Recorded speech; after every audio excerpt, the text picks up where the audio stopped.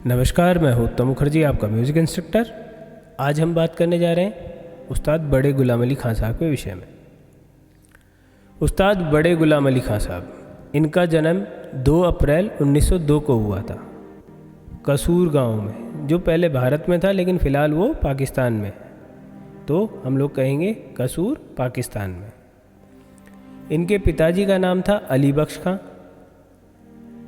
और इन्होंने शिक्षा किससे ली थी? इनके प्रथम गुरु थे इनके चाचा काले खां, जो कि उस समय के एक अच्छे गायक थे और कंपोज़र भी थे। जो म्यूज़िक कंपोज करते हैं ना, उन्हें कंपोज़र कहते हैं, याद रखना इसको।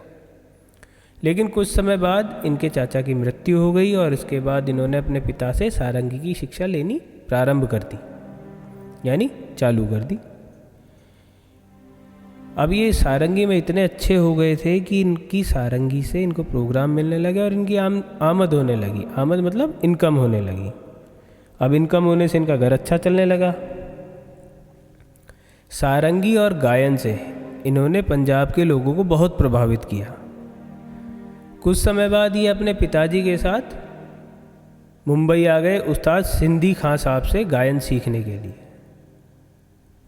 इन्होंने सिंधी खां साहब से गायन सीखा और कुछ समय बाद ये वापस लाहौर चले गए। लेकिन जब तक ये लाहौर जाते तब तक ये काफ़ी प्रसिद्ध गायक बन चुके थे कि भाई आसपास के सब लोग इन्हें जानने लगे थे कि ये बहुत अच्छा गाते हैं। लेकिन इनको जो अच्छे लेवल पे प्रसिद्धि मिली, या ये कहें कि ये लोगों में जब ज़्यादा प्रसिद्ध हुए, वो कब हुआ था? इनको पहली प्रसिद्धि मिली थी सन 1940 में कोलकाता के संगीत सम्मेलन में। याद रखना, इम्पॉर्टेंट है। उसके बाद 1943 में गया जी के सम्मेलन में इन्हें फिर से प्रसिद्धि प्राप्त हुई। 1944 में मुंबई के संगीत सम्मेलन में और 1944 में ही बिहार और बंगाल के संगीत सम्मेलनों में इन्हें बहुत अधिक प्रसिद्धि मिली। 1945 में इन्हें महात्मा गांधी जी द्वारा प्रशंसा पत्र भी दिया गया। ये इंपॉर्टेंट डेट्स हैं, आप लोग इनको याद रखिएगा। 1946 में इनके प्रोग्राम आकाशवाणी द्वारा प्रसारित होने लगे, मतलब रेडियो पे इनके प्रोग्राम 1946 से आने लगे, याद रखना।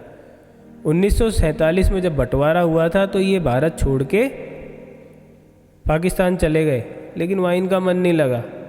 फिर भारत गवर्नमेंट से इन्होंने रिक्वेस्ट की और ये वापस आए और आके भारत में ही मूल निवासी बन गए। इनकी खासियत थी कि ये रियाज पे बहुत ज़्यादा ध्यान देते थे, बहुत जोर देते थे कि आपको रियाज ज़्यादा करना चाहिए, आपको मैक्सिमम टाइम रियाज ही करना चाहिए। ये अपने समय में 20 घंटे का रियाज करते थे गाने का, और साथ में ये कानून नामक वाद्य यंत्र भी बजाते थे। कानून नामक का मतलब है, कानून नाम से एक वाद्य यंत्र होता है, उसको ये बजाते थे। अब इनकी विशेषता क्या थी कि इनको गायन में इतना ज़्यादा प्रसिद्धि प्राप्त हुई? इन्होंने गायन में पंजाबी अंक की ठुमरी को भी जोड़ दिया था। इनकी जो प्रमुख ठुमरियाँ हैं उनके नाम याद रखना। आए ना बालम मोरे, दूसरी है तिरछी नजरिया के बाण, और तीसरी है याद पिया किया है। ये इनकी बहुत प्रसिद्ध ठुमरियाँ हैं।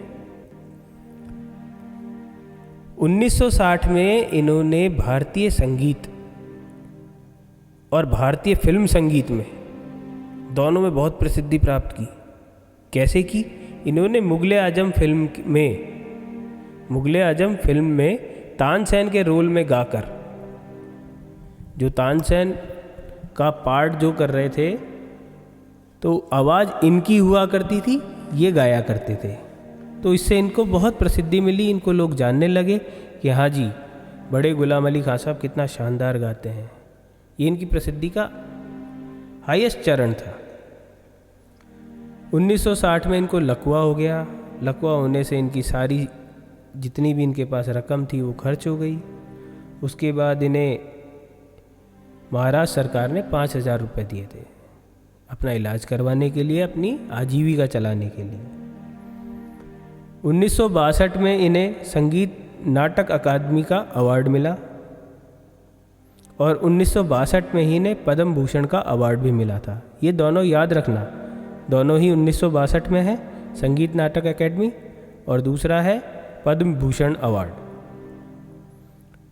23 अप्रैल 1968 को बशीरबाग पैलेस हैदराबाद में ये दुनिया को अलविदा कह के चले गए।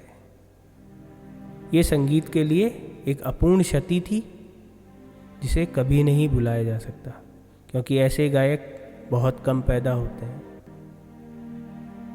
आशा करता हूँ आप लोगों के लिए बहुत ही सुगम रहा होगा, यानी आपको ये आसानी से याद रहेगा। तो मत करना आप लोग, लाइक मत करना, शेयर मत करना, सब्सक्राइब मत करना, नंबर अपने लिए ही रखना, क्योंकि शेयर करोगे तो दूसरों के नंबर बढ़ जाएंगे। तो चलिए फिर मिलते हैं अगले वीडियो में, तब तक के लिए शुभ रात्रि, शब्बा खैर।